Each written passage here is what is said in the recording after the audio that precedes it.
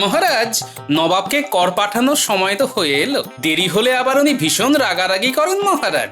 হ্যাঁ, সে নিয়ে তুমি চিন্তা করো না তো গোপাল। আর এই সবকিছু তো গুছিয়েই রাখা আছে। আজ দুপুরেই গরুর গাড়ি করে সব পাঠিয়ে দেব। বেশ বেশ, তাহলে নিশ্চিন্ত হওয়া গেল। ঠিক আছে ঠিক আছে, আজকে তাহলে সভা এখানেই শেষ করা হোক। বেশ বেশ, আজকের সভা হলো শেষ। সব জিনিস গাড়িতে তোলা হয়ে গেছে মহারাজ। বেশ বেশ, সাবধানে যাবে, দেখবে যাতে ভালোভাবে এই জিনিসগুলো নবাবের কাছে পৌঁছে যায়। যথাজ্ঞা মহারাজ। মহারাজ, আমি বলি কি, শুধু শুধু এই 4 জন সেপাইকে পাঠিয়ে কি লাভ? মানে তুমি কি বলতে চাইছো বলো তো মন্ত্রী? মানে বলছি যে রাজ্যের মধ্যে অনেক জায়গাতেই তো সৈন্য সেপাইয়ের অভাব আছে, রাজ্যের মানুষেরও তো নিরাপত্তা দরকার। তো সেখান থেকে 4 জন সেপাইকে এনে এই সামান্য খাজনার পাহারায় দিয়ে কি আদৌ কোনো লাভ হবে? তা তুমি ঠিকই বলেছো মন্ত্রী। তবে নবাবের খাজনা তো ভয় হয় যদি কিছু হয়ে যায়। আজ পর্যন্ত ওই একই রাস্তা দিয়ে তো খাজনা পাঠাচ্ছেন, কিন্তু একবারও কি কিছু হয়েছে? তা হয়নি বটে, কিন্তু মহারাজ মহারাজ ভয় পাবেন না, একদম ভয় পাবেন না। এই তো এই 2 জন গাড়োয়ান আছে, এরা দায়িত্ব নিয়ে পৌঁছে দেবে। কিরে, পারবি না? হ্যাঁ হ্যাঁ, খুব পারবো। বেশ বেশ, ঠিক আছে, তোমরা দুজনেই যাও তাহলে। তবে সাবধান, কিন্তু খুব সাবধানে। হ্যাঁ মহারাজ, আমরা সাবধানেই নিয়ে যাব।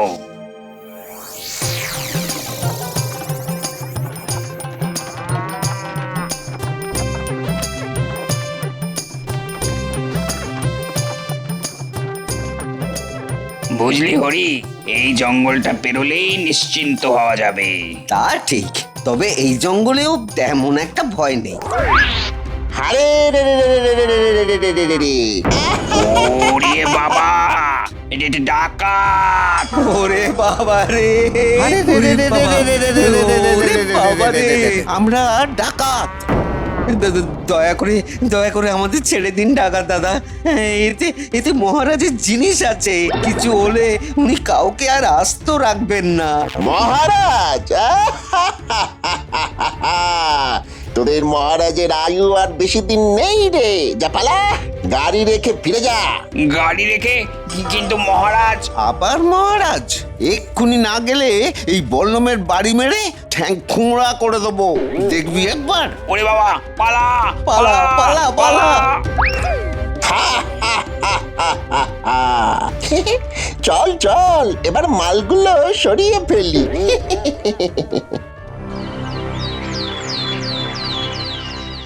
মহারাজ, সর্বনাশ হয়ে গেছে মহারাজ, সর্বনাশ হয়ে গেছে। কি হলো কি হলো? আরে কি হয়েছে? ডাকাতি হয়ে গেছে মহারাজ। ডাকাতি? সে কি? হ্যাঁ মহারাজ, ওই জঙ্গলের ভিতরে হঠাৎ 2টো ডাকাত সামনে এসে গেল, তারপর লাঠি বল্লমের ভয় দেখিয়ে আমাদের তাড়িয়ে দিল। এবার কি হবে মহারাজ? গেল গেল গেল, সব গেল। এবার কি হবে? সর্বনাশ হবে, সর্বনাশ। হায় হায় হায়। পরিকল্পনা মাফিকই কাজ এগোচ্ছে।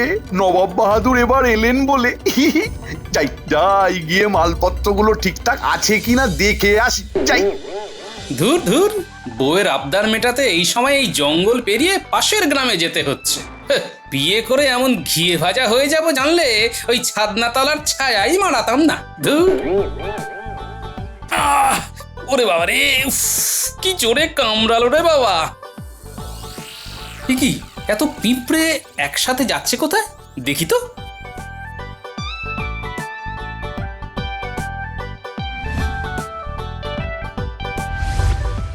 কি এখানে চিনি ভর্তি এত বস্তা এলো কোথা থেকে? আরে এখান দিয়েই তো নবাবের কর যাওয়ার কথা, চাল ডালের সাথে চিনির বস্তাও তাতে থাকার কথা। তাহলে কি? সাব্বাস সাব্বাস বটা ঘটা, সাব্বাস। আরে এ তো মন্ত্রী মশাইয়ের গলা মনে হচ্ছে। সাব্বাস বটা ঘটা, সাব্বাস। তোরা আমার বুকের পাটা অনেক বড় করে দিলি রে, সাব্বাস। আহা, সবই আপনার দয়া মন্ত্রী মশাই। না না, মন্ত্রী মশাই নয়, এবার থেকে রাজা মশাই বলা অভ্যেস কর। খুব তাড়াতাড়ি আমি এই রাজ্যের রাজা হতে চলেছি।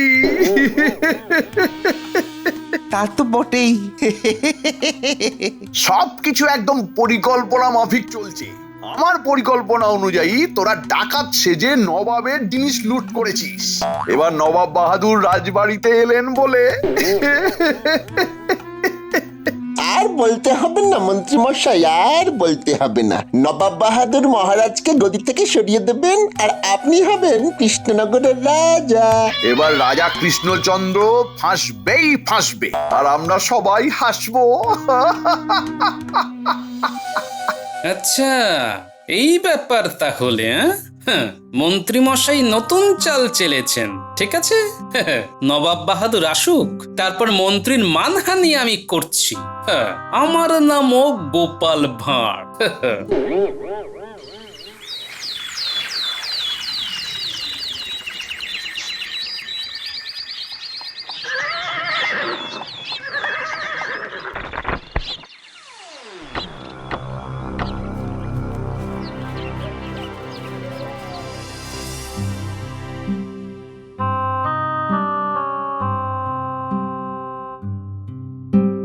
কি হে কৃষ্ণচন্দ্র, এত উতলা কেন?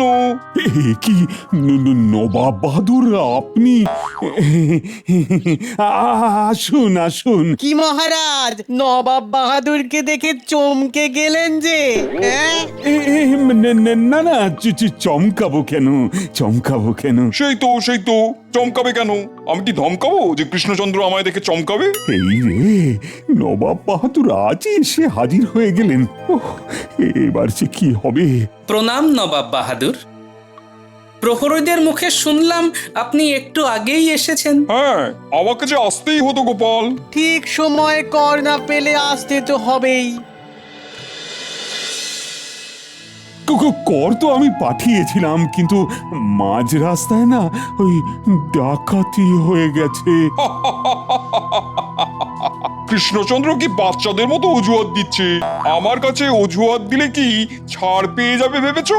না না না না না, স্বয়ং নবাবের কাছে ভুলের কোনো ক্ষমা নেই। ছাড় পাওয়া তো দূরের কথা, একটা হাড়ও আস্ত থাকে না। আরে এসো এসো এসো মন্ত্রী। আসুন মন্ত্রী মশাই, আপনারই অভাব ছিল। আর অভাব বোধ করতে হবে না গোপাল, এবার থেকে আমি সব সময়ই থাকবো। সে তো জানি মন্ত্রী মশাই। আচ্ছা, এই করের ডাকাতি হওয়ার ব্যাপারে আপনি কিছু জানেন নাকি মন্ত্রী মশাই? আমি না না না না না না না না, ইয়ে মানে আমি কি করে জানবো? কি আশ্চর্য! তা ঠিক। হ্যাঁ, আপনি আর কি করে জানবেন বলুন? আপনার তো জানার কথাই নয়। তবে নবাব বাহাদুর বিশ্বাস করুন, কর কিন্তু মহারাজ পাঠিয়েছিলেন, কিন্তু ওই জঙ্গলের মধ্যে তার ডাকাতি হয়ে গেছে। তাতে আমি কি করব? আমার কাছে ঠিক সময় কর আসা চাই, ব্যাস। আমি তো প্রতিবারই ঠিক সময় কর পাঠিয়ে দিই, কিন্তু এবারে ডাকাতি হয়ে যাওয়াতে সব একেবারে গন্ডগোল হয়ে গেল। তো কজন ডাকাত ছিল? গারোয়ানদের কথা অনুযায়ী তো দুজন। দুজন? মাত্র দুজন ডাকাত তোমার সেপাইদের হারিয়ে সব জিনিস নিয়ে চম্পট দিয়ে দিল? এটা কি বিশ্বাসযোগ্য? একেবারেই নয় কৃষ্ণচন্দ্র। আমার মনে হয় তুমি কৃষ্ণনগরের গদিতে বসার যোগ্যতা হারিয়েছ। এবার অন্য কাউকে এই রাজ্যের ভার দেওয়ার সময় এসেছে। কি বলছেন নবাব বাহাদুর? ঠিকই বলেছি।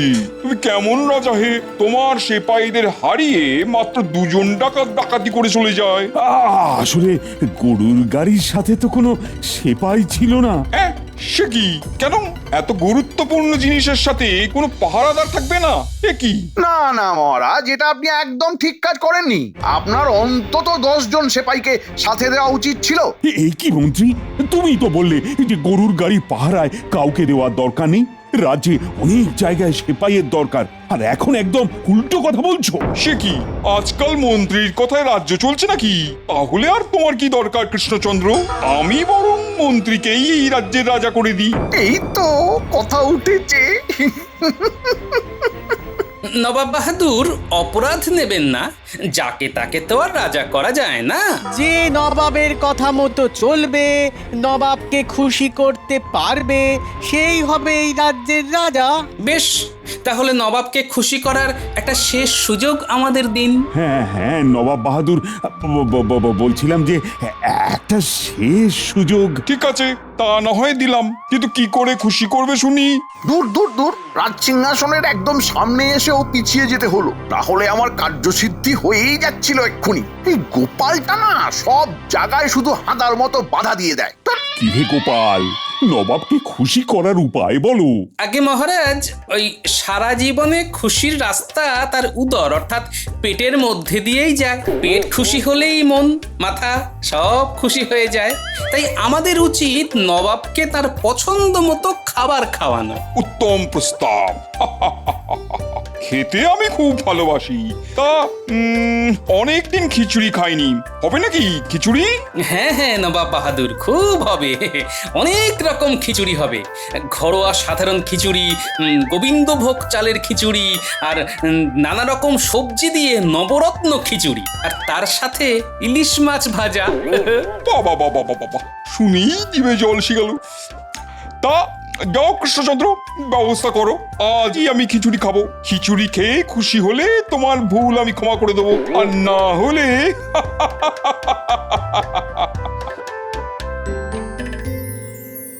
ও গোপাল, কি কি কি হবে এবার?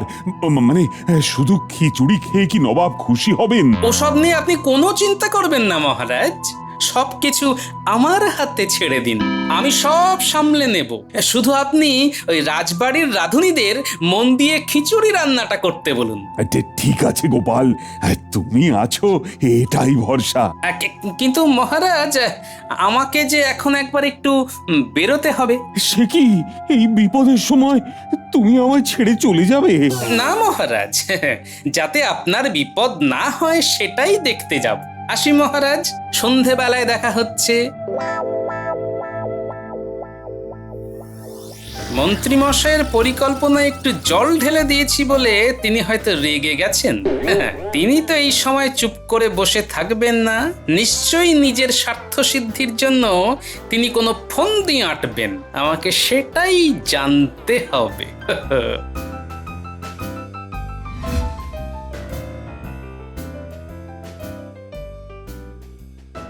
শোন বটা ঘটা, একটা শেষ কাজ শুধু বাকি আছে, আর তারপরেই বাজিমাত। ঠিক ধরেছি, ষড়যন্ত্রী মশাই ষড়যন্ত্র করতেই ব্যস্ত। সঙ্গে সাগরেদও আছে।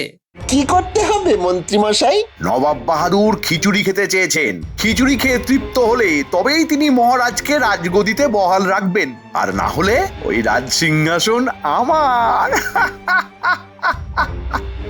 বুঝেছি, খিচুড়ির 12টা বাজাতে হবে, তাই তো? একদম তাই। শোন, তোরা দুজন রাধুনির বেশে রাজবাড়ির রান্নাঘরে ঢুকবি, আর তারপর আর বলতে হবে না, আপনার সাথে থেকে থেকে এইটুকু শিখে গেছি। তারপর খিচুড়িতে লঙ্কার গুঁড়ো মিশিয়ে দিতে হবে। বাহ বাবা বাবা বাবা বাহ, এই না হলে আমার শিষ্য। তোরাই আমার মন্ত্রী হওয়ার যোগ্য রে, তোরাই আমার মন্ত্রী হওয়ার যোগ্য। বাবা বাবা বাবা বাবা বাহ বাহ। জানতাম ঠিক এইরকমই কিছু একটা করবে। ঠিক আছে, আমিও গোপাল ভাঁড়। মন্ত্রী, আমার হাত থেকে পাবে না তুমি ছাড়, এই মনে রেখো। না না পুটি, তুই মিথ্যে কথা বলছিস, কিন্তু আমরা যখন লুকোচ্ছিলাম তুই চোখ খুলে দেখছিলি। না, আমি মোটেই দেখিনি। তুই দেখেছিস আবার মিথ্যাও বলছিস। আমি কিন্তু গোপাল দাদুকে বলে দেবো। হয়তো গোপাল দাদু আসছে। গোপাল দাদু, ও গোপাল দাদু, দেখো না পুটি কি করছে। না গো গোপাল দাদু, আমি কিচ্ছু করিনি। আহা, ওসব পরে হবে, এখন একটা কাজ আছে। কি কাজ গোপাল দাদু? শোন, কিরে তোরা পারবি তো? হ্যাঁ গো গোপাল দাদু, খুব পারবো। বেশ বেশ, এবারে মন্ত্রী মশাই বুঝবেন কত ধানে কত চাল।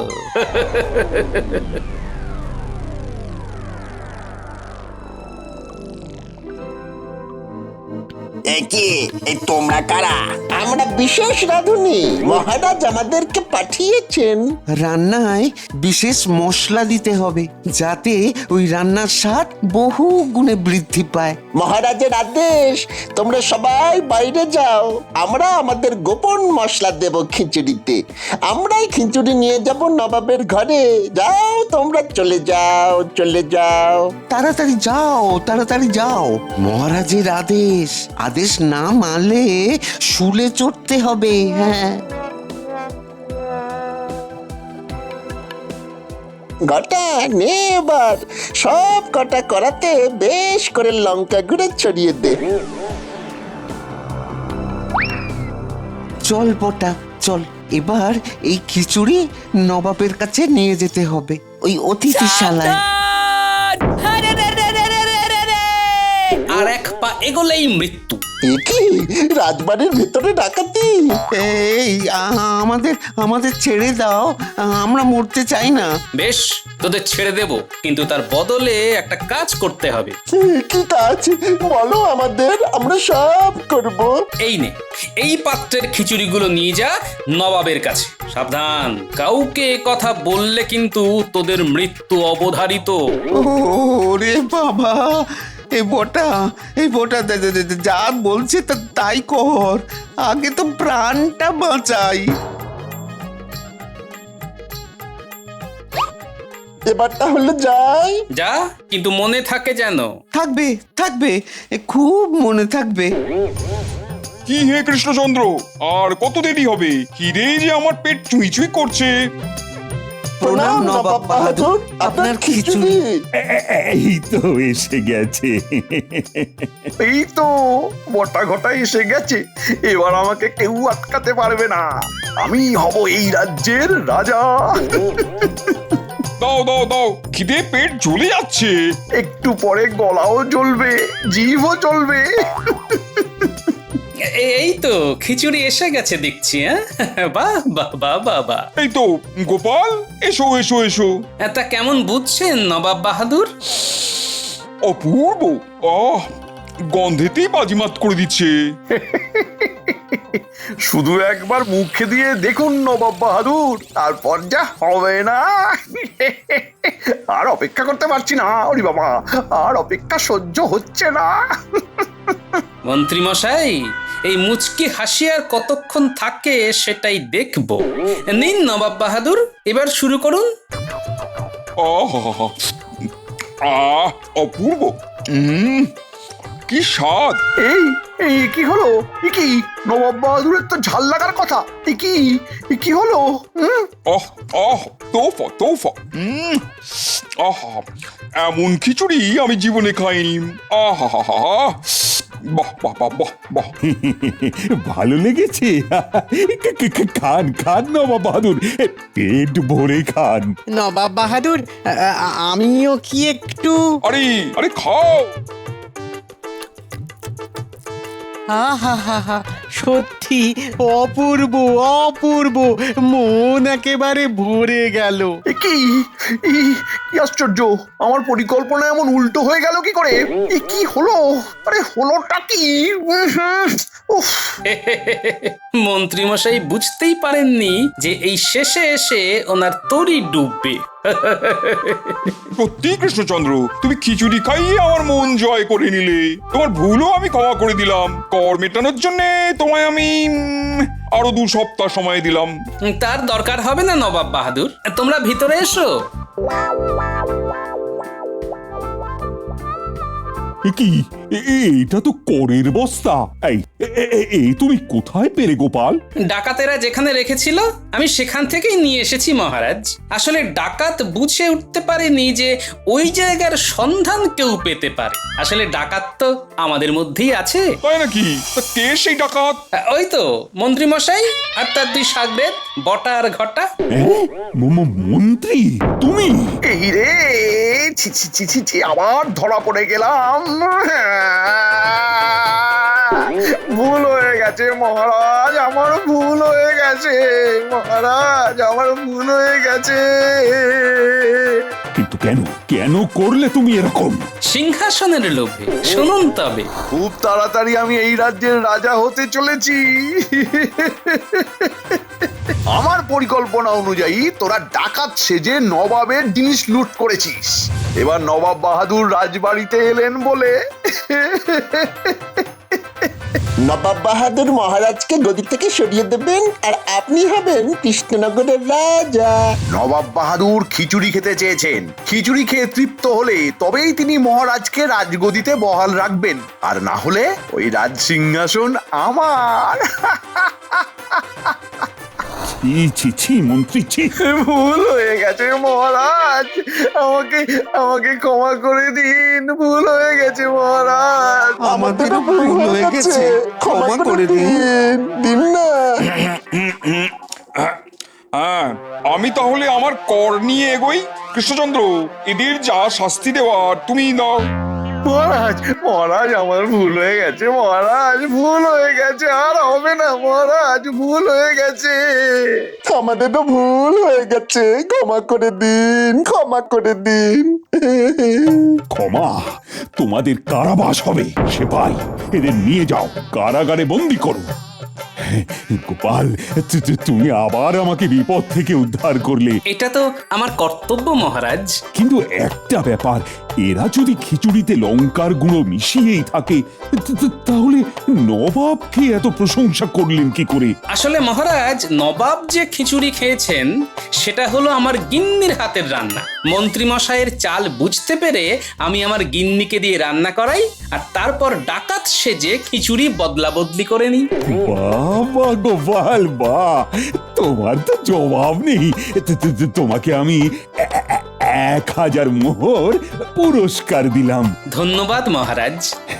তুমি এই রাজ্যের সম্পদ গোপাল। আর ওই মন্ত্রী, ওই বেটাকে কারাগারে পাঠিয়েও না, ঠিক মনে শান্তি হচ্ছে না। আমি একটা বুদ্ধি দিই মহারাজ, ওই লঙ্কা গুঁড়ো মেশানো খিচুড়ি ওদের খাওয়ানো হোক।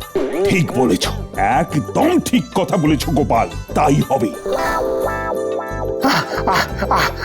জ্বলছে জ্বলছে, জিভ জ্বলে যাচ্ছে।